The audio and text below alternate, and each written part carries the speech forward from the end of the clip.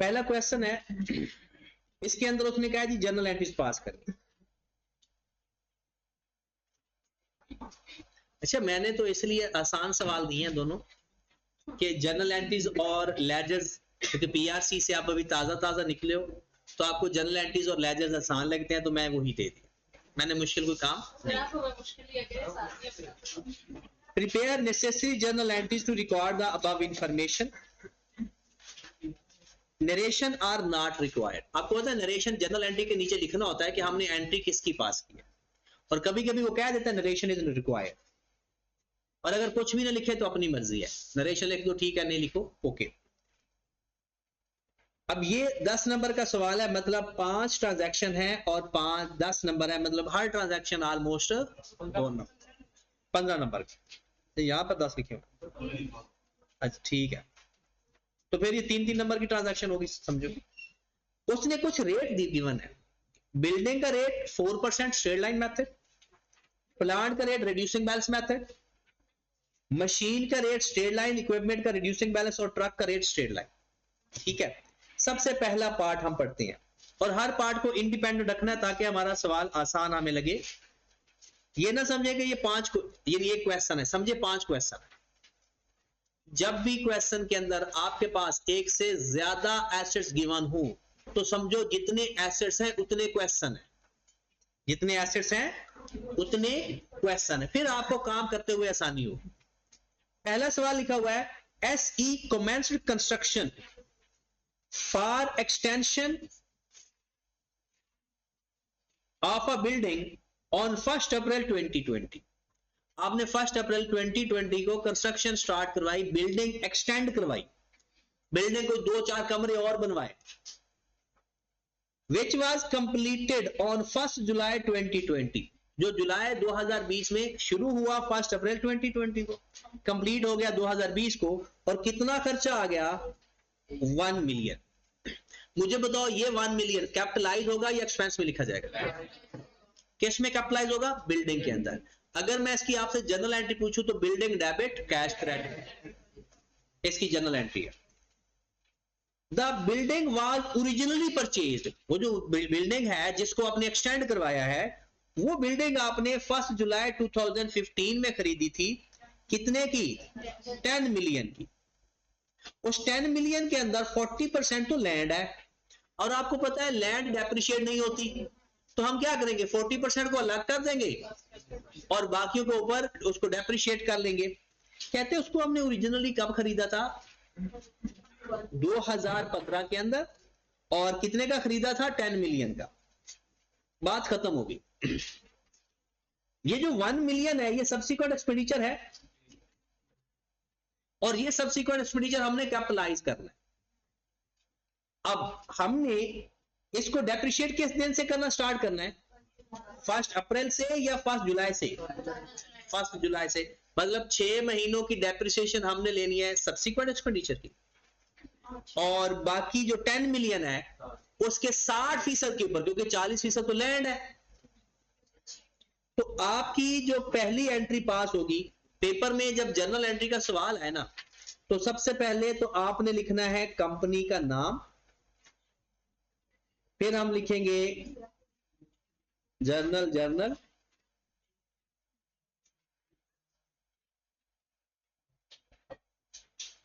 Date, particular, debit, credit, और लिख देते हैं रुपीज इन 1000 कर ले, मिलियन कर ले, 1000 कर ले। सबसे पहले मैंने 1/7/2020 को एक एंट्री पास करूंगा। अच्छा, कुछ लोगों ने ना हर जगह पीपीई लिख दिया। पीपीई लिखना कोई बुरी बात नहीं है, बट जब एसेट्स के अपने नाम बताए हो ना, तो फिर बेहतर है एसेट्स का नाम लिखो। जब एसेट्स के नाम बताए हूं तो क्या करना है? एसेट्स के नाम ज्यादा बेहतर है। तो आपने इसको 2 तरीकों से हल कर सकते हैं। एक तो यह कि डेट वाइज, वो मुश्किल हो जाएगा क्योंकि डिफरेंट एसेट्स हैं, उनकी डिफरेंट डेट है, तो हम एसेट्स वाइज हल करते हैं। तो सबसे पहले मैं यहां पर एक छोटी सी हेडिंग लिख देता हूं, लैंड एंड ताकि एग्जामिनर को पता चल जाए कि जो मैं एंट्री पास करने लगा हूं वो लैंड एंड बिल्डिंग की है। डेट वाइज करोगे तो फिर जरूरत नहीं है लिखने की, लेकिन अगर एसिड वाइज करोगे ना तो हर एसिड का नाम लिखना जरूरी हो जाता है। 1720 को बिल्डिंग डेबिट करूंगा, कैश क्रेडिट करूंगा 1000 से, डन। फिर 31 दिसंबर 20 को मैं डेप्रिसिएशन टू अक्यूमुलेटेड डेप्रिसिएशन की एंट्री पास करूं, और यहां पर मैं लिख देता हूं वर्किंग नंबर 1। मुझे सिर्फ बिल्डिंग की डेप्रिसिएशन सिस्टम चाहिए। अब आप देखिए जो 1 मिलियन है ये कितने टाइम के लिए डेप्रिशिएट होगा? 6 महीने के लिए एडिशन के तौर पे। और जो बाकी अमाउंट है वो कितने के लिए डेप्रिशिएट? वो पूरे साल के लिए डेप्रिशिएट होगा। नहीं समझ लगी? और सब्सिक्वेंट एक्सपेंडिचर में यही हमने पढ़ा है ना। तो आप मुझे बताएं कि ये जो आपके पास 10 मिलियन है, मतलब कि 10,000, मैं पहले इसको डेप्रिशिएट कर लूं। वर्किंग नंबर 1 मैंने किया 10,000 मल्टीप्लाइड बाय 60% मल्टीप्लाइड बाय 4%। ये कितने लोगों को समझ लगी है? 10,000 मल्टीप्लाइड बाय 60%, क्योंकि 40% लैंड है ना, तो मैंने लैंड को तो डेप्रिशिएट ही नहीं करना, मैंने डेप्रिशिएट करना है बिल्डिंग को। तो बिल्डिंग 60% है, तो मैंने 10,000 का 60% लिया तो बिल्डिंग आ गई, उसका 4% रेट ऑफ डेप्रिसिएशन है। नहीं ये तो इसको क्यों 6/12 से करूंगा? ये तो ब्रॉड होना है। देखिए ये इसको मैं डेप्रिशिएट नहीं कर रहा, ये मैं इसको डेप्रिशिएट कर रहा हूं जो ओरिजिनल है। ये तो वो जो सब्सिक्वेंट एक्सपेंडिचर वो तो एडिशन समझूंगा ना। ये तो ब्रॉड ऑन है। कितना आ गया? 240। अब शायद आप में से बहुत सारे लोगों ने ये गलती की हो कि जब मैंने ये कॉन्सेप्ट समझाया था तो शायद वो उस तरह से समझ नहीं लगी थी, अब समझ लगेगी। एडिशन को डेप्रिशिएट करूंगा, एडिशन कितना है? 1000।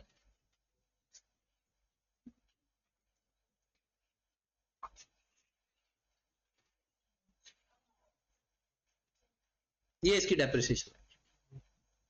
अब पहले तो ये सोचें कि ये आई कैसे। जैसे आपने 1000 का 4% लेने लगे थे और मल्टीप्लाई करना था 6/12 से, ऐसा ही करना था ना आपने। और आपको पता है मैंने सब्सिक्वेंट एक्सपेंडिचर के बारे में एक डिटेल बात बताई थी, क्लियर। वो ये, अगर WDV मेथड हो ना तो नॉर्मल तरीके से काम कर देते हैं, अगर स्ट्रेट लाइन मेथड हो तो सब्सिक्वेंट एक्सपेंडिचर को रिमेनिंग लाइफ पे डिवाइड करते हैं, ना के टोटल लाइफ पे डिवाइड करते हैं। अगर आपने 4% कर किया ना मल्टीप्लाई, 4% का मतलब पता है लाइफ कितनी है? लाइफ फाइंड करनी आती है रेट से, 1/4%, 25 साल। जो आपने ऐसे लैंड एंड बिल्डिंग पहले बनाई थी, जब खरीदी थी ओरिजिनली, वो कब खरीदी थी ओरिजिनली? 1 जुलाई 2015 को। कितने की खरीदी थी? 10 मिलियन की। रेट कितना था? 4%। 4% रेट का मतलब है 25 साल लाइफ। 5 साल गुजर गए, कैसे?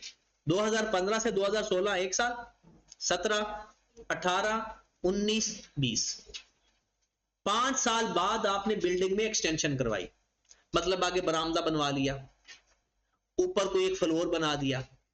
5 साल बाद आपने 1 मिलियन की एक्सटेंड बिल्डिंग की। अब जब एक्सटेंड की तब उसकी लाइफ क्या थी? जब आपने बिल्डिंग एक्सटेंड की क्या तब भी 25 साल? अब ओवरऑल देखिए, ओरिजिनल लाइफ बिल्डिंग की है 25 साल, आपने एक्सटेंड की। अब जो आप अगर एक्सटेंशन को भी 4% से मल्टीप्लाई करोगे तो इसका मतलब है उसकी लाइफ 25 साल ले रहे हो।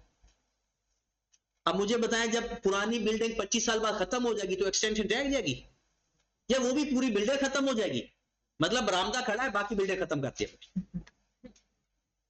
तो इस 1000 को हमने डेप्रिशिएट करना होता है over the remaining life of the asset.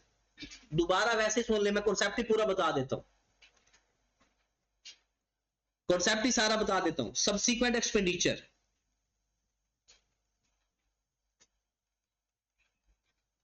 इसके बारे में सुन लें। अगर सब्सिक्वेंट एक्सपेंडिचर नॉर्मल एक्सपेंस में लिखते होते हैं, अगर लाइफ बढ़ जाए, एफिशिएंसी बढ़ जाए, या पार्ट रिप्लेस हो तो हम उसको एसेट की कॉस्ट में ऐड करते हैं, दूसरे लफ्जों में हम उसको कैपिटलाइज करते हैं, उसको एसेट मान लेते हैं। ये बात आप सबको पता है। कोई एसेट अगर बाद में हम एक्सटेंड करवाते हैं तो उसको कैपिटलाइज करते हैं। अब डेप्रिसिएशन क्या है? दो मेथड मैंने बताया था कि अगर WDV मेथड है तो नॉर्मल तरीका, कोई बात सोचनी नहीं है, सिर्फ जस्ट लाइक क्या समझना है? एडिशन। अगर स्ट्रेट लाइन मेथड है, समझना इसमें भी एडिशन है। क्या समझना है? कि ये एडिशन है। लेकिन जब इसको डेप्रिशिएट करना है ना, तो कॉस्ट माइनस रेजिडुअल वैल्यू जो भी अगर गिवन हो, या तो न्यू लाइफ या रिमेनिंग लाइफ। अगर लाइफ नहीं बताई है तो नई लाइफ पे डिवाइड करेंगे, और अगर नई लाइफ नहीं बताई तो रिमेनिंग लाइफ पे डिवाइड करेंगे। तो बिल्कुल मेरे भाई, मैंने इस 1000 को इसका 4% नहीं लिया, क्योंकि 4% कहता है लाइफ 25 साल है। 4% क्या कहता है? लाइफ 25 साल है। तो इसलिए मैंने पहले 4% से लाइफ फाइंड की, जितने साल गुजर गए माइनस किया, तो 1000 को 20 पे डिवाइड किया, 6/12 से मल्टीप्लाई किया, तो मेरे पास जो डेप्रिसिएशन आ रही है वो आ रही है 265। तो ये एक पॉइंट ऑलमोस्ट सबका गलत था। तो ये नहीं समझ आ रहा। देखें, सब्सिक्वेंट एक्सपेंडिचर के बारे में आप बताएं। सब्सिक्वेंट एक्सपेंडिचर एडिशन समझते हैं? 1000 हमारा सब्सिक्वेंट एक्सपेंडिचर है। अब अगर ये मेथड होता WDV, इसको नॉर्मल एडिशन समझना था, 1000 multiplied by rate multiplied by 6/12। अगर स्ट्रेट लाइन मेथड हो तो रिमेनिंग लाइफ अगर लाइफ चेंज ना हो, न्यू लाइफ अगर लाइफ चेंज हो जाए। इस सवाल के अंदर लाइफ चेंज बताया नहीं उसने, नई लाइफ क्या है बिल्डिंग की? पुरानी भी तो नहीं बताई। 4% रेट बताया तो है, बिल्डिंग का रेट बताया नहीं हुआ। तो स्ट्रेट लाइन मेथड में रेट से क्या लाइफ नहीं फाइंड हो जाती? तो हमने इसको 1/4% किया तो कितना आ गया? 25 साल। इसका मतलब है उसकी लाइफ टोटल क्या थी? 25 साल। 5 साल गुजर गए 15 से 20 तक, तो रिमेनिंग लाइफ कितनी बच गई? 20। तो हमने एडिशन को किस पे डिवाइड किया? 20 पे डिवाइड किया और 6/12 से।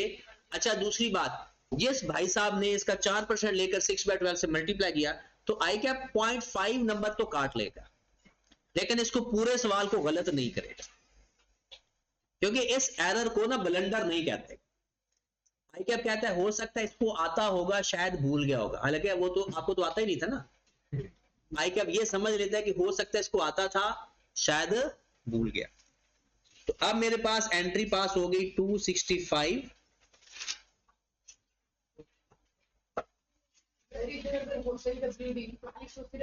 ये तो सिंपल रेट से मल्टीप्लाई करते हो, 6/12 करते हो। WDV में नॉर्मल काम करना है, एडिशन समझना है। स्ट्रेट लाइन मेथड में ये प्रोटोकॉल है जी। वो बोले ना प्लीज, बोलना नहीं, क्योंकि इस तरह ना आपका सारा सवाल खराब, पहले आपने कल किया खराब, अब यहां भी खराब हो जाता। अब 2 नंबर कोई नंबर होते हैं? ऐसा आपके तो 5 है मेरे ख्याल, फिर भी 25 में से 5।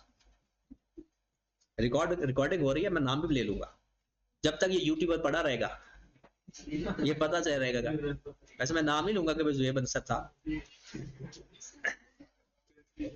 चलिए, ये पार्ट कंप्लीट हो गया हमारा। दूसरा, अब यहां पर है,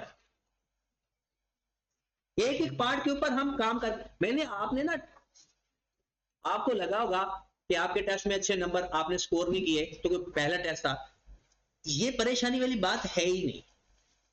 सिर्फ आपने टेस्ट दिया, अपनी तरफ से सवाल कंप्लीट किया, ये पहला टारगेट यही होता है, और ये हमारे 5 टेस्टों में ये टारगेट रहेगा। 2 नंबर है, 0 नंबर है, 5 नंबर है, कोई मसला नहीं, सवाल पूरे करना, कुछ छोड़ना नहीं। हाँ, उसके बाद हमारा ऑटोमेटिकली एक्यूरेसी आना शुरू हो जाएगी, बार बार वो गलती दोबारा रिपीट नहीं होगी। जैसे अब एडिशन को अब आइंदा आपने ऐसे नहीं करना, आपको पता चल गया। अब आपने पता है कि जब भी स्ट्रेट लाइन मेथड होगा, हम लाइफ गिवन है तो ठीक है, वरना फाइंड कर लेंगे और रिमेनिंग लाइफ पे डिवाइड करेंगे। और अगर हमारे पास कोई ऑप्शन नहीं बचती, हमें फाइंड ही नहीं हो पा रही रिमेनिंग लाइफ, तो फिर जो गिवन है उस पर करके आ जाएंगे। अब दूसरे पार्ट पे आ जाए। ये तो आपका आसान पार्ट था। सवाल देखें, plant met an unfortunate accident 31 March was declared fully lost by insurance company। अब देखिए आई कैप ये आपसे जानना चाह रहा है, आपको ट्रांजैक्शन का पता चल रहा है? आप ना सवाल पढ़ते हो और कहते हो अल्लाह करे ऐसा सवाल आ जाए जो हमने पहले किया हो। नहीं, आप फोकस करो क्वेश्चन के ऊपर। हुआ क्या, 31 मार्च को एक्सीडेंट हुआ और इंश्योरेंस वालों ने कहा कि भाई जितना आपका नुकसान है ना वो आपने इंश्योरेंस करवाई हुई थी। The cost of the plant 8 million, book value 3.6 million. कब? Start of the year. इसका मतलब यह हुआ कि 3 महीने हमने इस्तेमाल करके एक्सीडेंट हुआ है। एक्सीडेंट कब हुआ है? मार्च के अंदर। और ये बुक वैल्यू कब की पड़ी हुई है? स्टार्ट की। आगे देखें, the insurance company paid 3.2 million full and final settlement of 31 मई 2020। देखिए ये इंट्रोडक्शन टू अकाउंटिंग के बच्चे का सवाल है ये। अब कैसे? मार्च के अंदर क्या हुआ? एक्सीडेंट हुआ। क्या 3 महीनों की डेप्रिसिएशन हमें चार्ज करनी चाहिए या नहीं? 3 महीने तो हमने इस्तेमाल किया ना, 3 महीनों की डेप्रिसिएशन लेंगे, एंट्री पास कर देंगे, डेप्रिसिएशन टू अक्यूमुलेटेड डेप्रिसिएशन। फिर एक्सीडेंट हो गया। एक्सीडेंट का मतलब होता है डिस्पोजल। डिस्पोजल की एंट्री पास कर देंगे और मई के अंदर हमें मिल गई इंश्योरेंस, फिर इंश्योरेंस की एंट्री पास कर देंगे। 3 एंट्रीज पास होनी है इसके अंदर।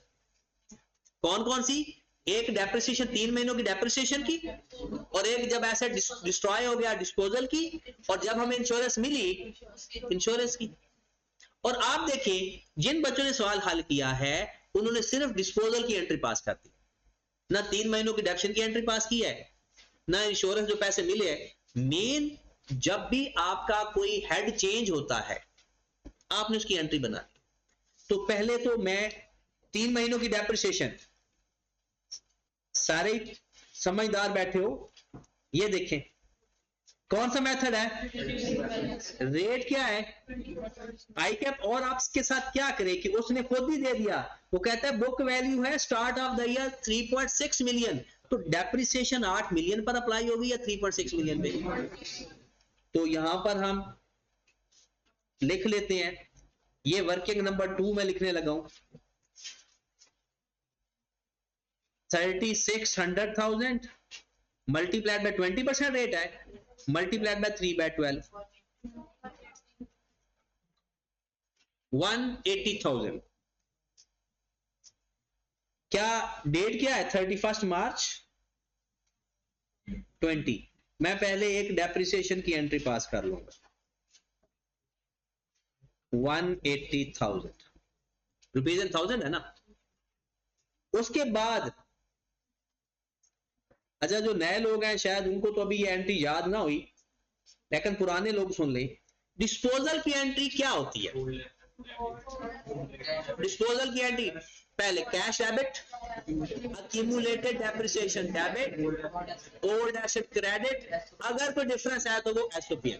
डन। अब ये एसेट मेरा डिस्ट्रॉय हुआ, ये पैसे मुझे इंश्योरेंस वाले ने देने हैं। अब मैं जब कैश लिखूंगा, क्या जिस दिन मेरा एसेट डिस्ट्रॉय हुआ है मार्च के अंदर उसी दिन इंश्योरेंस वाले ने पैसे दिए? नहीं, इसका मतलब है मैं कैश नहीं लिखूंगा, इंश्योरेंस रिसीवेबल लिखूंगा, इंश्योरेंस रिसीवेबल। और इंश्योरेंस रिसीवेबल ने हमें कितने पैसे देने हैं? 3200। अब मुझे खुद बताएं, अगर आप अकाउंटिंग के स्टूडेंट हो, क्या यहां पर कैश लिखना जायज था? क्योंकि कैश तो मिला ही नहीं।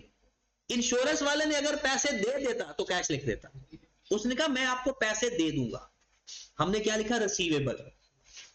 अक्यूमुलेटेड डेप्रिसिएशन ये भी क्वेश्चन के अंदर बताई हुई है। कैसे बोला? 8 मिलियन माइनस 3.6 मिलियन, जो आंसर आएगा उसमें 180 ऐड कर दूंगा। ये तो पुराना काम है आप लोगों का। इन दोनों को माइनस करने से मेरे पास अक्यूमुलेटेड डेप्रिसिएशन आएगी साल के स्टार्ट तक, और उसमें इस साल के 3 महीनों की डेप्रिसिएशन भी ऐड कर दूंगा तो वो आ जाएगी डिस्पोजल की अक्यूमुलेटेड डेप्रिसिएशन। तो कितनी अमाउंट आ गई? 8,000 -3600, कितना आंसर आ गया इसका? 4400 प्लस 180 45, तो ये आ गया 4580। क्या एसिड का नाम क्या है? प्लांट है, तो प्लांट क्रेडिट कर दूंगा कितनी अमाउंट से? 8000 से, तो SOPL डिफरेंस 220। लेकिन आपके पास जो एसेट बेचा है उसकी कॉस्ट कितनी है? 8 लाख। उसकी बुक वैल्यू कितनी है? 36 लाख, सॉरी 3.6 मिलियन। अब मुझे बताएं, इनका जो डिफरेंस होगा वो एक्यूमुलेट ऑप्शन होगा ना, कॉस्ट और बुक वैल्यू का डिफरेंस। लेकिन वो है कब तक का? स्टार्ट ऑफ द ईयर तक। लेकिन हमने एसेट हमारा डिस्ट्रॉय हुआ है मार्च के अंदर, तो इन दोनों को जब मैंने माइनस किया ना, वो 4400 आ गया। वो आ गया accumulated depreciation start of the year. जो 3 महीनों की 180 मैंने फाइंड की, वो भी इसके अंदर ऐड कर दूंगा, वो मान जाएगी टोटल एक्यूमुलेटेड डेप्रिसिएशन। ठीक है, यहां तक क्लियर है? अब अक्सर स्टूडेंट यहां से भाग जाते हैं कि वो समझते हैं कि मैं IAS 16 का क्वेश्चन कर रहा हूं। तो भाई आप जर्नल एंट्री पास कर रहे हो, आप हर ट्रांजैक्शन को देखो। मई के अंदर इंश्योरेंस वालों ने आपको पैसे दे दिए, बताएं अगर इंश्योरेंस वाले आपको पैसे दे दे, इंश्योरेंस वालों से हम पैसे लें, क्या एंट्री पास करेंगे? कैश आया, कैश डेबिट, इंश्योरेंस रिसीवेबल, क्योंकि जिसको आपने रिसीवेबल लिखा हुआ था वो खत्म हो गया, तो आपने अपनी एंट्री पास कर दी कैश डेबिट। ये डेट कौन सी है? 31 में या 1 में? 31 में। Cash debit, insurance receivable, credit 32 lakh से। बिल्कुल एंड पे करते हैं उन एसेट्स की जो एसेट्स हमारे पास एंड पे पड़े हुए होते हैं, जो एसेट्स हमारे पास एंड पे अवेलेबल है। अब हमने एक एसेट बेच दिया, उसकी डेप्रिसिएशन को अक्यूमुलेट भी तो करना है ना। अगर हम साल के एंड तक का इंतजार करेंगे तो फिर डिस्पोजल की एंट्री कैसे बनेगी? फिर अक्यूमुलेटेड डेप्रिसिएशन के अंदर वो 180 ऐड कैसे होगा? क्योंकि इसको तो मैं बेच रहा हूं, इसकी तो डेप्रिसिएशन मैंने खत्म करनी है जितनी भी चार्ज की है। तो जब तक मैंने इस्तेमाल किया उतनी डेप्रिसिएशन ले ली। हाँ, अगर आपने overall depreciation for the year की एंट्री पास करनी है, वो एंड पे कर सकते हैं, उसका कोई इशू नहीं, 31 दिसंबर को कर सकते हैं। फिर वो क्या करें, सारे एसेट्स की ना डेप्रिसिएशन की एंट्री पास ही ना करें, सारा काम करके एंड पे सारी डेप्रिसिएशन इकट्ठी करें, एक एंट्री पास कर दे डेप्रिसिएशन टू एक्यूमुलेट, कोई मसला। अच्छा, ये तीनों एंट्रीज क्लियर होगी? देखिए तीन क्या हुआ क्वेश्चन,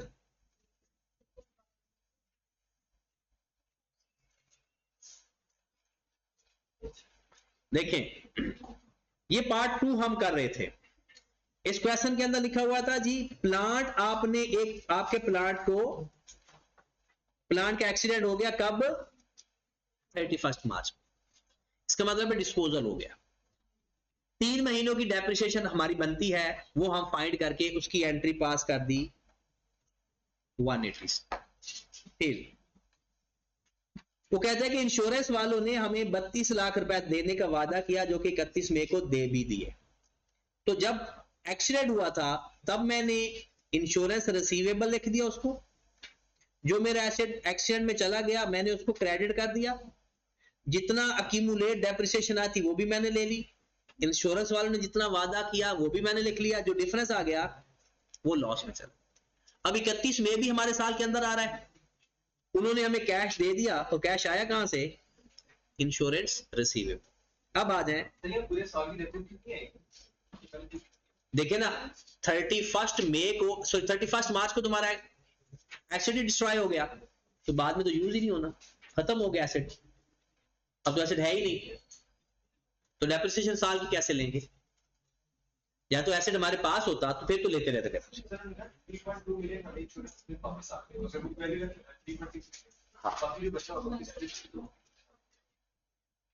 एसेट हमारा फुली डिस्ट्रॉय हो गया। वो कहता है कि जनाब अनफॉर्चुनेट एक्सीडेंट इज,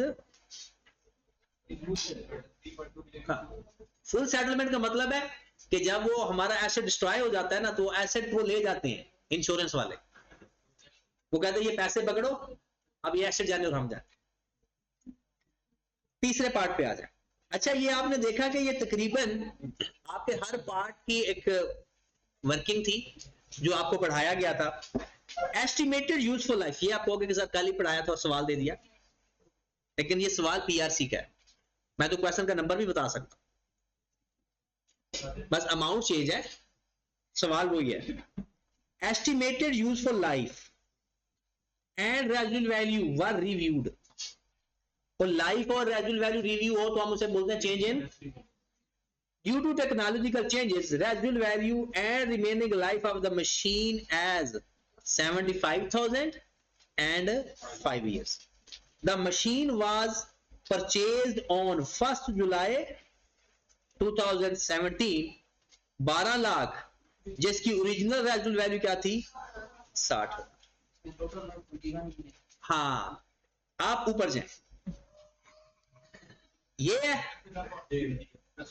10% रेट है, स्ट्रेट लाइन मेथड है, तो लाइफ कितनी हो गई? 1/10%। स्ट्रेट लाइन मेथड में अगर रेट देकर ये कोई कहता है ना कि मुझे रेट लाइफ नहीं गिवन, तो फिर बंदा भला लोगों से क्या पूछ रहा है, मेरा नाम क्या है? ठीक है ना, या आपसे कोई बंदा पूछे तेरा नाम क्या है, तेरा जी पता नहीं, तो लोग आपको बता देंगे। बात समझ लगी? अच्छा, उसकी जा ओरिजिनल लाइफ 10 साल थी, टेक्नोलॉजी की चेंजेस की वजह से कहते हैं कि जनाब रेजिडुअल वैल्यू और लाइफ चेंज होगी। सबसे पहले ये चेंज इन एस्टिमेशन में पहला स्टेप क्या करते हैं? बुक वैल्यू फाइंड करते हैं। ये सवाल तो हो चुका, समझो। बुक वैल्यू फाइंड करो और उसकी डेप्शन की एंट्री बना लो। कब खरीदा था? 1 जुलाई। एसेट की कॉस्ट कितनी है? पुरानी कॉस्ट 12 लाख। वर्किंग नंबर जो भी समझ लेना, मल्टीप्लाइड बाय 10%। रेजिडुअल वैल्यू पुरानी है ना, कॉस्ट माइनस रेजिडुअल वैल्यू कितनी है? 60,000। Multiplied by rate, multiplied by कितने साल गुजर चुके हैं? 2 साल 6 महीने, 2.6। कितनी एक्यूमुलेटेड एक्शन आ गई? 2.5। हाँ जी, 12 lakh minus 60,000 multiply by 10% multiply by 2.5, 6 महीने 0.5 ही होता है। कितना आ गया? 11,40,000 का 10% ले ले, कितना? 285। क्या ये बुक वैल्यू है या एक्यूमुलेटेड डेप्रिसिएशन है? फिर बुक वैल्यू फाइंड करो। 12 लाख में से 285,000 माइनस कर दो,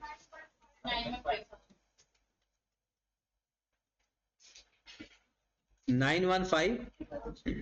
अच्छा, दोबारा आ जाए, जो सो रहे हैं वो जाग जाए। जब भी चेंज इन एस्टिमेशन हो, सबसे पहले बुक वैल्यू फाइंड कर लो। अब बुक वैल्यू हमने फाइंड कर ली, 9,15,000 आ गई। अब समझो कि ये कॉस्ट है और इसके ऊपर चेंज अप्लाई कर दो। चेंज क्या आया?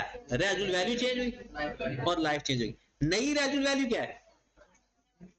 Minus 75,000 divided by 5, 168। ये आपकी नई डेप्रिसिएशन आ गई। और चेंज इन एस्टिमेशन से सिर्फ डेप्रिसिएशन की अमाउंट चेंज होती है वर्किंग के अंदर, इसके अलावा और कुछ नहीं होता। आपने 2017 में एसेट खरीदा था, आज 2020 है, तो 17 के 6 महीने, 18 और 19, 2.5 साल हो गए। दोबारा सुने, चेंज इन एस्टिमेशन के अंदर ना जर्नल एंट्री चेंज होती है, ना लेजर चेंज होता है, कुछ भी चेंज नहीं होता। सिर्फ एक चीज चेंज होती है, अमाउंट ऑफ डेप्रिसिएशन। इसका मतलब है चेंज इन एस्टिमेशन का सारा रोल वर्किंग के अंदर है। इसके अलावा ना जर्नल एंट्री, जैसे अगर मैं डेप्रिसिएशन की एंट्री पास करूंगा ना,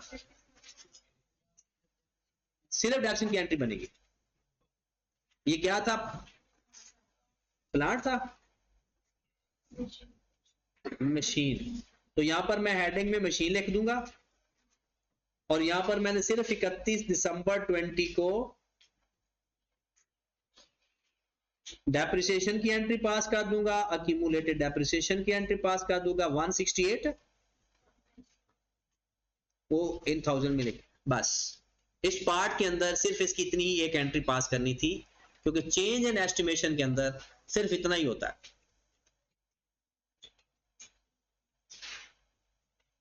नेक्स्ट चलें फिर आगे। Fourth part, significant change in expected pattern of economic benefit. कल मैंने बताया था, मलाइका आप बताएं, जब expected pattern of economic benefit change होता है तो किस चेंज की बात की जाती है, लाइफ की, मेथड की, या रेजिडुअल वैल्यू की? हाँ जी, जब पैटर्न चेंज होता है ना, expected pattern of economic benefit, तो उस वक्त मेथड ऑफ डेप्रिसिएशन चेंज होने की बात हो रही हो, क्योंकि हम इस पैटर्न को देख करना डेप्रिसिएशन का मेथड डिसाइड करते हैं। जब यूज ही चेंज कर दिया आपने, पैटर्न ही चेंज कर दिया, तो फिर आपको मेथड भी रिवाइज करने की कहते हैं। During 2020 the change in depreciation method reducing balance method to straight line.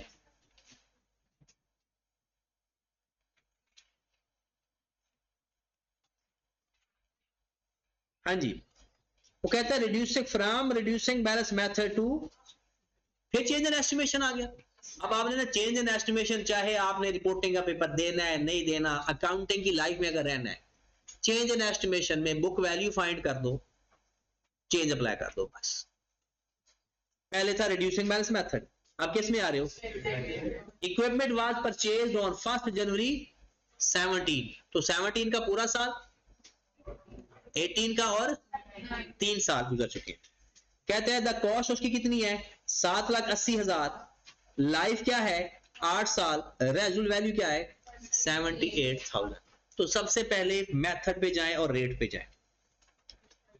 25% reducing balance, पहले रिड्यूसिंग बैलेंस मेथड है, तो आप ऐसा करो कि 3 सालों की बुक वैल्यू फाइंड कर दो, चाहे फार्मूला अप्लाई कर दो, चाहे अजब मैंने फार्मूला रोका हुआ है कुछ बच्चों की वजह से जो पिछले लेक्चर कवर कर रहे हैं।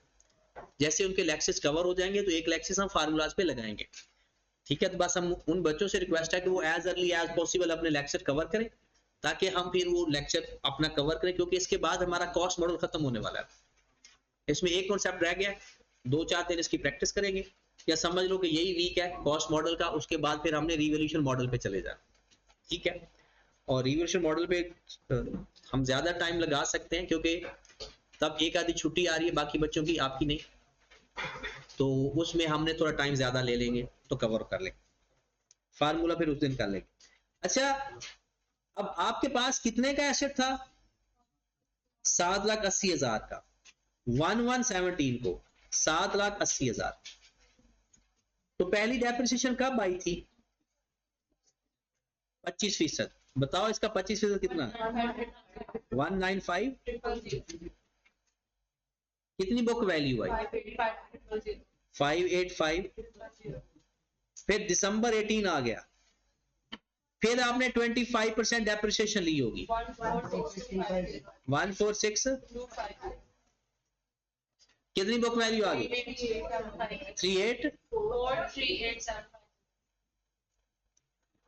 438। दिसंबर 19 आ गया होगा, फिर आपने 25% लिया होगा, 109688। कितना? 329,063। ओके, अब चाहे तो फार्मूला भी लगा सकते थे, यहां तक बात ओके। ये हमारे पास बुक वैल्यू आ गई, पहला टारगेट कंप्लीट हो गया, चेंज इन एस्टिमेशन वाला। अब वो कहता है पहले तो आप ले लेते ना रिड्यूसिंग बैलेंस मेथड के जरिए, और अच्छा चेंज इन एस्टिमेशन में होता भला क्या? सिर्फ डेप्रिसिएशन चेंज होती है, उसकी अमाउंट, और कुछ भी नहीं होता। जर्नल एंट्री बस पास होने के लिए अमाउंट वर्किंग के अंदर चेंज होगी, बाकी और कोई चेंज नहीं आता होता। तो मैंने क्या करना है, अब डेप्रिसिएशन फाइंड करनी है, 329062 को समझूंगा माइनस रेजिडुअल वैल्यू, क्योंकि अब हमने स्ट्रेट लाइन मेथड में जाना है। 78,000 डिवाइडेड बाय 5, क्योंकि जब खरीदा था तब 8 साल लाइफ थी, और चेंज इन एस्टिमेशन के अंदर भी रिमेनिंग लाइफ लेते हैं या न्यू लाइफ लेते हैं। तो कितना आंसर आ गया? 50221। तो सिंपल आपके सॉल्यूशन के अंदर यहां पर हम लिख देंगे एसेट का नाम क्या है, इसका मशीन है, इक्विपमेंट है। यहां पर मैं लिखूंगा इक्विपमेंट और यहां पर लिखूंगा दिसंबर 20 डेप्रिसिएशन टू अक्यूमुलेटेड डेप्रिसिएशन 50.213 क्योंकि हम 1000 में लिख रहे हैं ना। अब आखिरी केस तो एक्सचेंज का था, ट्रक वाला, और सारे का सारा क्वेश्चन तो इधर देकर ही हल हो गया। लैक ऑफ कमर्शियल सब्सटेंस, तो बताया लैक ऑफ कमर्शियल सब्सटेंस में क्या करते हैं? बुक वैल्यू लेते हैं। क्या बुक वैल्यू है उसकी? कॉस्ट थी 8 मिलियन, बुक वैल्यू थी 6 मिलियन, और फिर वो जो मर्जी। बस इसमें एक और काम करना था जो बहुत सारे स्टूडेंट भूल जाते हैं, किस दिन एक्सचेंज कर रहे हैं? 1 अप्रैल। इसका मतलब है पिछले 3 महीनों की डेप्रिसिएशन भी चार्ज करेंगे, अगले 9 महीनों की डेप्रिसिएशन भी चार्ज करेंगे। पिछले 3 महीनों की डेप्रिसिएशन पुराने एसेट की और अगले 9 महीनों की डेप्रिसिएशन नए एसेट की, और फिर एक एक्सचेंज की एंट्री। 3 एंट्रीज इसमें बनती है। तो पुराने एसेट का मेथड क्या है? Straight line 12.5%। तो कर लें जनाब 8 मिलियन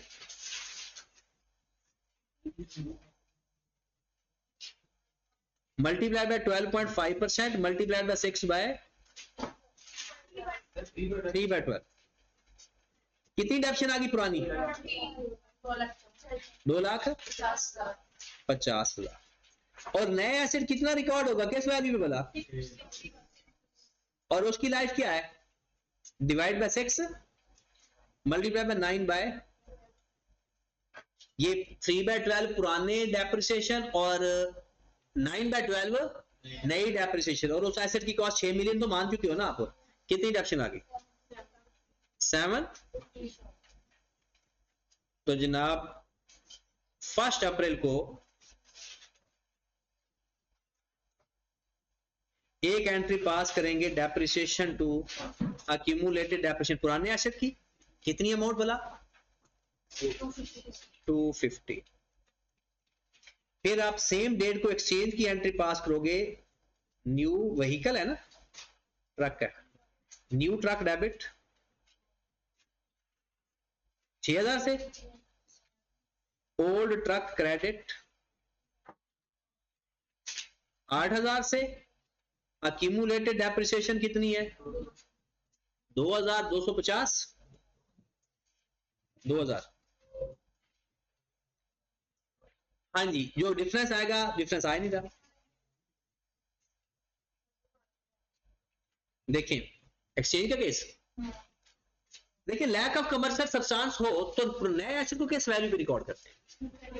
बुक वैल्यू पे। और उसकी बुक वैल्यू गिवन है क्वेश्चन के अंदर, कहता है आपके पास ये बुक वैल्यू है, ठीक है, ये पुराने एसेट की, इसका जो डिफरेंस है वो अक्यूमुलेटेड डेप्रिसिएशन है। तो देखिए मैंने नए एसेट को उसकी बुक वैल्यू पे रिकॉर्ड कर दिया, पुराने एसेट को उसकी कॉस्ट से क्रेडिट कर दिया, अक्यूमुलेटेड डेप्रिसिएशन भी गिवन थी, सवाल कंप्लीट। और एक और एंट्री मैं पास करूंगा 31 दिसंबर 20 को डेप्रिसिएशन टू अक्यूमुलेटेड डेप्रिसिएशन किस अमाउंट से भला? ये हमारा कंप्लीट क्वेश्चन। अब चाहे सवाल थोड़ा सोचने वाला था, अब ये नहीं कह सकते कि ये हमने पढ़ा ही नहीं था। ऐसी कौन सी ट्रांजैक्शन है? ये 5 सवाल थे एक तरह से, ताकि वो आपने जो पढ़ा है उसकी रिवीजन के लिए बेस्ट क्वेश्चन है। और ये आपके असाइनमेंट में ही है, और अगर उसके नीचे देखिए तो ये क्वेश्चन इंट्रोडक्शन टू अकाउंटिंग का है।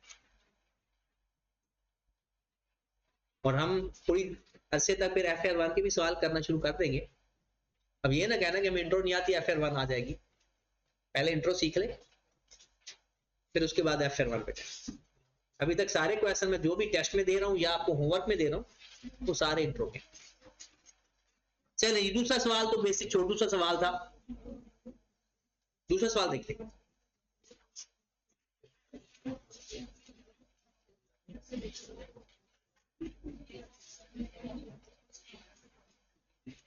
Sir, the other ERC was at 12.5% ERC was at 12.5%.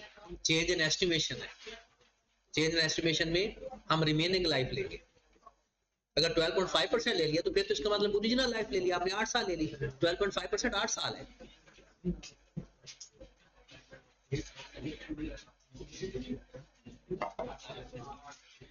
अच्छा ये नोट लिख ले, वैसे ही पहले सुन के अपने अल्फाज में लिख लेना, सुन के अपने अल्फाज में लिखो। इधर चेंज इन एस्टिमेशन हो या सब्सिक्वेंट एक्सपेंडिचर हो, चेंज इन एस्टिमेशन हो या सब्सिक्वेंट एक्सपेंडिचर हो, WDV के केस में डायरेक्टली रेट अप्लाई कर देना है, कोई स्पेशल प्रोटोकॉल नहीं है। स्ट्रेट लाइन मेथड के अंदर रिमेनिंग लाइफ या न्यू लाइफ, अगर वो खुद बता दे कि लाइफ चेंज होगी ये हो गई है तो नई लाइफ ले लेना, अगर वो लाइफ नहीं बताएगा फिर कौन सी लाइफ लेनी है, रिमेनिंग। पुराना रेट कब इस्तेमाल कर सकते हो, सिर्फ एक सूरत में, अगर आपके पास क्वेश्चन के अंदर रिमेनिंग लाइफ आपसे फाइंड नहीं हो पा रही, पॉसिबल ही नहीं है फाइंड करना, तो फिर रेट ले लेते हैं। वरना जो रेट होता है ना वो पुरानी लाइफ होती है, और हमें कौन सी लाइफ चाहिए होती है, न्यू लाइफ या रिमेनिंग लाइफ। अब 12.5% आप ऐसे रेट लाइफ फाइंड करके देख लिया, 8 साल आएगा, तो 8 साल तो 3 साल पहले लाइफ थी, और आज क्या होनी है, 5 साल। अच्छा ये क्वेश्चन में ना अब ये था, पहले तो ऊपर जनरल एंट्री थी, वो जनरल एंट्री का पेपर में किस तरह से सवाल हल करते हैं, ये फॉर्मेट होगा आपका, ये वाला ओरिजिनल, यहां से ये आपका क्वेश्चन का नंबर दोगे और सवाल शुरू कर दोगे, ठीक है। बाकी जो वर्किंग करेंगी सेम पेज के ऊपर कभी वर्किंग नहीं करते होते, अगले पेज के ऊपर वर्किंग करनी। अगर आपको लगता है कि आपकी जो जनरल एंट्रीज है वो 2 पेजेस पे आएंगी तो आप तीसरे पेज से वर्किंग स्टार्ट करें। अब कभी कभी ऐसा होता है कि बंदा सवाल शुरू करता है, उसको लगता है 2 पेज पे आएगा, लेकिन वो 1 पेज पे आता है और वर्किंग वो करता है तीसरे पेज से। अब उसको लगता है कि ये दरमियान वाले पेज का क्या करूं, उसके ऊपर आपने ये लिखना है कि जी मिस्टेकनली लेफ्ट, ठीक है ना, वो लिख देना है, या PTO लिख देना है, ठीक है, ताकि अब उसको पता चल जाए कि भाई आगे पेपर चल रहा है, इसका पेपर खत्म नहीं। और वैसे भी अब आके ICAP ने ना आपकी कंप्यूटराइज चेकिंग भी शुरू कर दी है। कंप्यूटराइज चेकिंग का मतलब नहीं कि कंप्यूटर चेक करता है, उसको समझ ही नहीं लग रही आपकी, वो चेक इंसान ही करते हैं। कंप्यूटराइज चेकिंग का मतलब होता है कि वो स्कैन करके ना कंप्यूटर सिर्फ ये चेक करता है कि कोई क्वेश्चन अनचेक तो नहीं रह गया, और जितने क्वेश्चन चेक किए उनके नंबर प्रॉपर काउंट हुए हैं या नहीं। वो स्कैनर से ना वो पता चल जाता है कि इतने इस बंदे ने क्वेश्चन अटेम्प्ट किए और इतने क्वेश्चन चेक होकर नंबर मिल गए, और अगर नहीं मिले तो फिर वो दोबारा वो बंदा देखता है कि कौन सा क्वेश्चन ऐसा है जो उसने अनचेक छोड़ दिया। और उसके लिए ये जरूरी है कि आपने ICAP के फॉर्मेट में पेपर हल करना होता है। ICAP का फॉर्मेट क्या कहता है, जैसे मैं अगला सवाल करवाने लगा हूं, ये आपके पास ICAP का एक पेज है, और यहां पर ना ऐसे करके ये इस तरह से बॉक्स बना होता है, बिल्कुल ऐसे ही होगा, बाकी नंबर वगैरह यानी लाइंस होंगी। आपने जब, जैसे मैंने कहा कि ये हम क्वेश्चन नंबर 2 करने जा रहे हैं, और क्वेश्चन नंबर 2 का A पार्ट है, तो आपने यहां पर लिखना है क्वेश्चन नंबर 2 और यहां पर लिखना है A, ठीक है। अब आपने ये सवाल A पार्ट इसके ऊपर करना है, B पार्ट नहीं करना, चाहे ये एक लाइन में इसका आंसर क्यों ना हो। आपने इसका B पार्ट का आंसर अगले पेज पे करना है, क्योंकि जो बार कोड रिकॉग्नाइज करेगा वो इसको रिकॉग्नाइज करता है। ये डब्बे आपने जितने फेल किए होंगे तो वो बताएगा कि इसने इतने क्वेश्चन किए हैं, तो बताओ इसके नंबर इतने हैं या नहीं। लेकिन अगर आपने एक क्वेश्चन, 2 क्वेश्चन एक पेज पे कर दिए तो वो एक कंसीडर कर लेगा। तो ये इस बात का ख्याल रखना है कि क्वेश्चन का नंबर इस बॉक्स के बाहर आ ही नहीं सकता, इवन कि उसके पार्ट का नंबर भी B पार्ट C पार्ट, हाँ ये जो पार्ट के सब पार्ट होते हैं ना ऐसे, ये ऐसे लिखे जा सकते हैं। अब जैसे हमने ये क्वेश्चन करने लगे हैं, मैंने कहा जनाब मैं सबसे पहले यहां पर अपना बॉक्स देखूंगा, यहां पर लिखूंगा 2 और यहां पर लिखूंगा A। आ जाए, 2 मिनट का ये क्वेश्चन है छोटा सा। कहता है कि करेक्ट कॉस्ट बताएं, जो कि क्या करनी है, कैपिटलाइज। कहता है हर ट्रांजैक्शन के अंदर ना वो कॉस्ट बताएं जो कैपिटलाइज करनी है। दूसरा कहता है लेजर बनाएं, किसका, मशीन का, अक्यूमुलेटेड एक्शन का, इन्वेंट्री का और एसओपीएल। अच्छा, अगर आप जनरल एंट्री पास कर लेते हो तो लेजर बना लेते हो, फिर जनरल एंट्री से लेजर। अब पहली बात, क्वेश्चन में पार्ट 1 करने लगा हूं, और मैं कौन सा पार्ट कर रहा हूं भला, ए पार्ट। अब सारे जागते रहना। 1 अगस्त 2023 से पहले सवाल की रिक्वायरमेंट क्या है, जो एसेट कैपिटल, जो कॉस्ट कैपिटलाइज करनी है वो फाइंड करनी है। Alpha limited exchange and old lathe machine with carrying amount 12 lakh. एक पुरानी मशीन रिप्लेस कर रहे हैं जिसकी कीमत कैरिंग अमाउंट कितनी है, उसकी ओरिजिनल कॉस्ट कितनी थी, 2 मिलियन।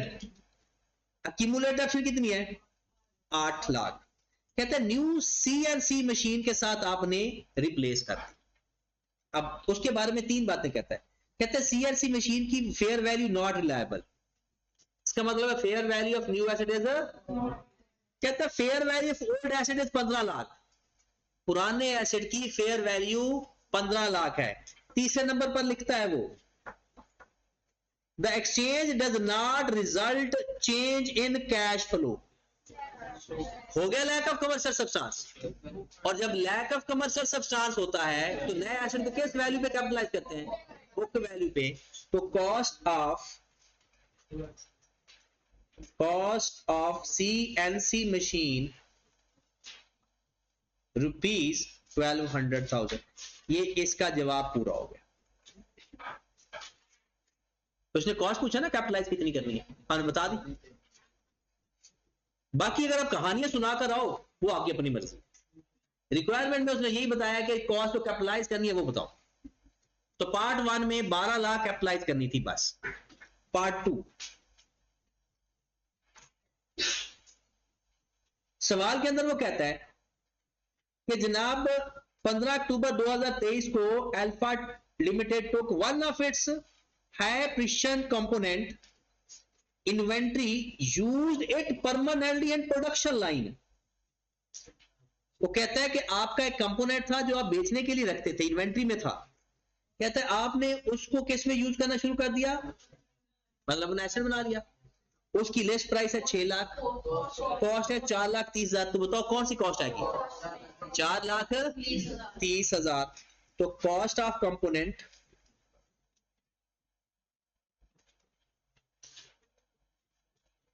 ₹4 लाख। अब देखिए आईकैप सवाल बड़ा आसान पूछता है और उसका जवाब भी बड़ा खूबसूरत होता है। ये जो आप करके आते हो ना वो कुछ और है। उसने कॉस्ट पूछी थी, कॉस्ट बताओ, और ये सब आपको आता भी है। ये नहीं कि कोई सवाल आपको ना आता हो, ये इम्पॉसिबल है। पेपर में 80 नंबर का पेपर आप तकरीबन जो पढ़ के जाते हैं उसको आता होता है। बाकी वो अपना वो ड्रामेबाजी करना, दुखी हो जाना, पैनिक हो जाना। ये पैनिक ये बहुत अजीब सा जो हम पैनिक हो जाते हैं। मतलब 2 थप्पड़ मारे बंदे का पैनिक होना खराब सही हो जाता है। पैनिक कोई लफ्ज ही नहीं है, कोई परेशानी लफ्ज है ही नहीं। परेशानी एक सेल्फ क्रिएटेड चीज है।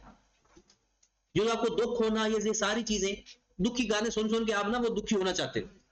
अदरवाइज परेशानी किसकी बात है, यंग एज है आप लोगों की जी। तीसरी बात कहता है कि एक 2,20,000 का आपने करवाया नॉर्मल रिपेयर, इसको कैपिटलाइज कर दें, नहीं ये कैपिटलाइजर 6,80,000 से इंक्रीज प्रोडक्टिविटी एंड लाइफ, ये कैपिटलाइज होगा। Upgrade cost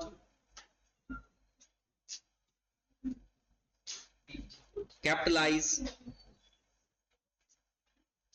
6,80,000। आगे बढ़ते हैं। कहता है 1.5 लाख का पार्ट रिप्लेस किया है, 1.5 लाख का, और पुराना पार्ट था 1,30,000 का। आपको पता है कोई पार्ट रिप्लेस करें तो वो भी कैपिटलाइज होता है।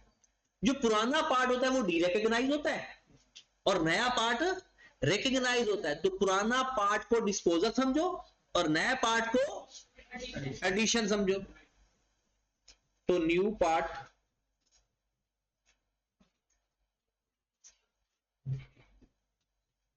ये आप लोगों का ए पार्ट का आंसर कंप्लीट हो गया। अब अपना सोल्यूशन देखें जरा। 3 बंदों के अलावा इस ए पार्ट को किसी ने हाथ ही नहीं लगाया, और ये ए पार्ट ऑलमोस्ट सबको ही आता था। इन 3 लोग हैं जिन्होंने ये किया है, इसी के तो मिले हैं। अब इसका बी पार्ट, अगले पेज पे ये अगला पेज होगा और कुछ इस तरह से हमने करना है। ये ना कहना कि आधा पेज छोड़ दिया तो आई कैप नाराज हो जाएगा। वो जो आप आधा पेज छोड़ के आते हो ना, वो पेपर आपका ही होता है, वो आई कैप का नहीं होता। वो आप लोग पैसे पहले दे चुके होते हो। अच्छा, बी पार्ट की रिक्वायरमेंट कोई पढ़ के बताता है?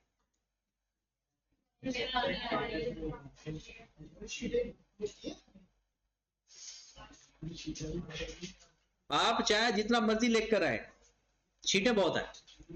वो पीआरसी के अंदर बस एक शीट मिलती है, यहां पर नहीं। इधर आप जितने मर्जी, पूरा रजिस्टर होता है, पहले वाले नहीं खत्म होता। 24 पेज होते हैं उसके, जो पहले रजिस्टर मिलता है। अच्छा, क्या कहा है उसने? मशीनरी अकाउंट बनाए, अक्यूमुलेट डेप्शन का, इन्वेंट्री का और एसओपीएल। मैंने आपको यह बताया है कि पेपर जब फेल हो रहा हो उसको कैसे पास करना। अभी मैंने सवाल नहीं पढ़ा, रिक्वायरमेंट पता चल गई ना, 4 लेजर बनाने हैं। मैंने सिंपल काम किया कि यहां पर मशीनरी अकाउंट लिखूंगा, बाद में सवाल देखूंगा मुझे आता है या नहीं आता। हाँ जी, वो बाद में बताता हूं। अक्यूमुलेटेड डेप्रिसिएशन का लेजर बना दूंगा,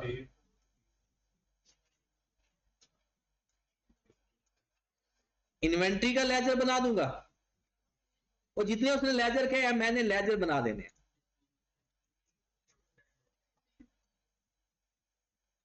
उसने कहा जी मशीनरी का, अक्यूमुलेटेड डेप्रिसिएशन का, इन्वेंट्री का और एसओपीएल का लेजर बनाए। चलिए, सॉल्यूशन तो मैंने शुरू कर दिया अपना, बाकी डेट बाकी सारा कुछ लिखना है, तो मैं क्वेश्चन खत्म करने लगा हूं। अब आप सिंपल करो, 3 ट्रांजैक्शन है, सबकी जर्नल एंट्री पास कर। पहली ट्रांजैक्शन की जर्नल एंट्री हम पास करते हैं कि एक मशीन रिप्लेस किया।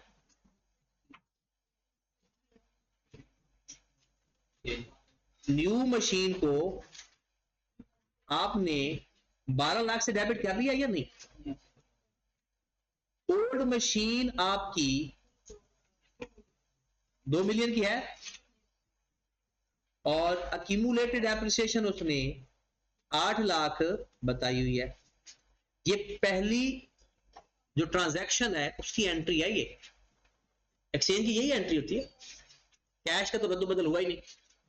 दूसरी ट्रांजैक्शन की एंट्री है पीपीई डेबिट या मशीन डेबिट या कंपोनेंट डेबिट, इन्वेंट्री या परचेज 4,30,000 से। ये भी पता है सबको।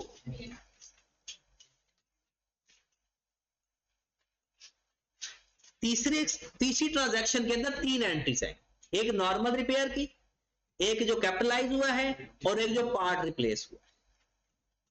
3। पहली एंट्री क्या होगी? पहले रिपेयर टू कैश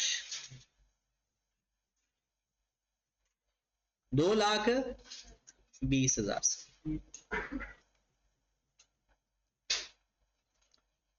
फिर जो कैपिटलाइज किया आपने वो कौन सी अमाउंट है? पीपीई डेबिट, कैश क्रेडिट 6,80,000 से। ये कौन सा बना 86? वो जैसे लाइफ और एफिशिएंसी बढ़ी है उससे हमने एसिडी डेबिट करना है। और एक पार्ट रिप्लेस किया है, न्यू पार्ट डेबिट 1,50,000 से, ओल्ड पार्ट क्रेडिट 1 लाख, और जो ओल्ड पार्ट है वो कहता है फुली डेप्रिशिएटेड है। इसका मतलब क्या हुआ? जो जितनी कॉस्ट थी वो सारे के सारी उसकी और नए पार्ट के आपको पैसे देने पड़ेंगे 1.5 लाख। खत्म हो गया ये। अब इसको देखकर लेजर बना दे। जहां जहां पीपीई या मशीन है वो मशीन में लेकर जाओ, जहां इन्वेंट्री आ रहा है वो इन्वेंट्री के लेजर में जाएगा, जहां अक्यूमुलेटेड डेप्रिसिएशन आ रहा है वो अक्यूमुलेटेड डेप्रिसिएशन के लेजर में जाएगा, और जहां इनकम या एक्सपेंस आएगा वो एसओपीएल के लेजर में जाएगा। अब जी उसने हर ट्रांजैक्शन का लेजर नहीं कहा, उसने लेजर बता दी है।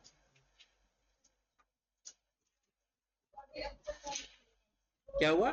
और मैं आपको एक बात बताऊं, सारे लेजर्स बना लेते हैं, एक्सट्रैक्ट बनाना हो या लेजर्स बनाने हो, कैश का जब तक मुंह से ना बोले कैश के लेजर नहीं बनाते हो। चाहे एक्सट्रैक्ट बनाने हो तो कैश का हेड भी नहीं बनाते।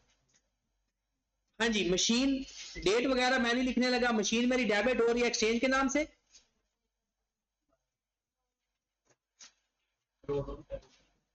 फिर मेरा मशीन डेबिट हो रहा है इन्वेंट्री के नाम से,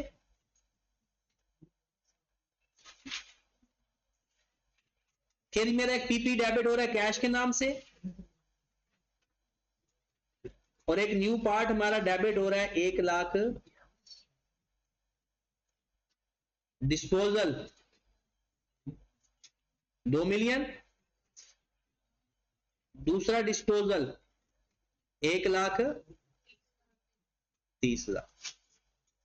अच्छा, इसके कैश डाउन लिखने की जरूरत नहीं होती, क्योंकि अगर ब्रॉड डाउन गिवन होता तो कैश डाउन लिखते हैं, वरना इतना ही लिखकर खत्म।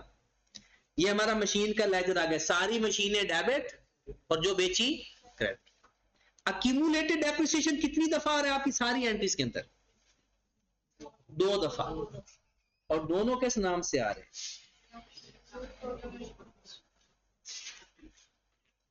दोनों ही डिस्पोजल के हैं।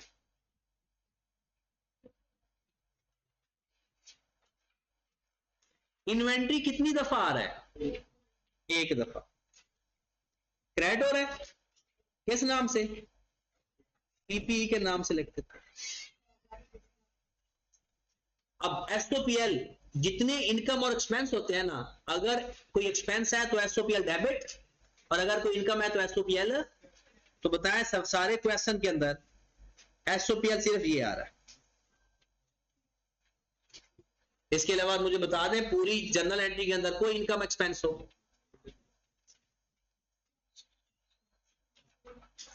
तो एसओपीएल डेबिट करो क्रेडिट? रिपेयर के नाम से, ये बेसिकली क्लोजिंग एंट्री होती है। रिपेयर की क्लोजिंग एंट्री को पास कर सकता है? रिपेयर की क्लोजिंग एंट्री एसओपीएल डेबिट रिपेयर, तो एसओपीएल डेबिट हो रहा है रिपेयर के नाम से। तो एसओपीएल की कोई भी एंट्री होती है हमेशा क्लोजिंग होती है। तो ये आपका सवाल था। प्रेजेंटेशन भी यही है, ये वर्किंग वाला पेज है आपका और ये सॉल्यूशन वाला पेज।